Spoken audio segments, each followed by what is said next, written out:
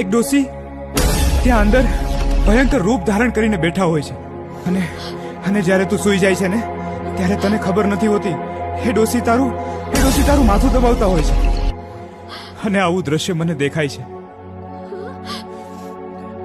આ ડોસી કોણ છે? નક્કી તને કોઈ ડોસીનું વળગાડ છે.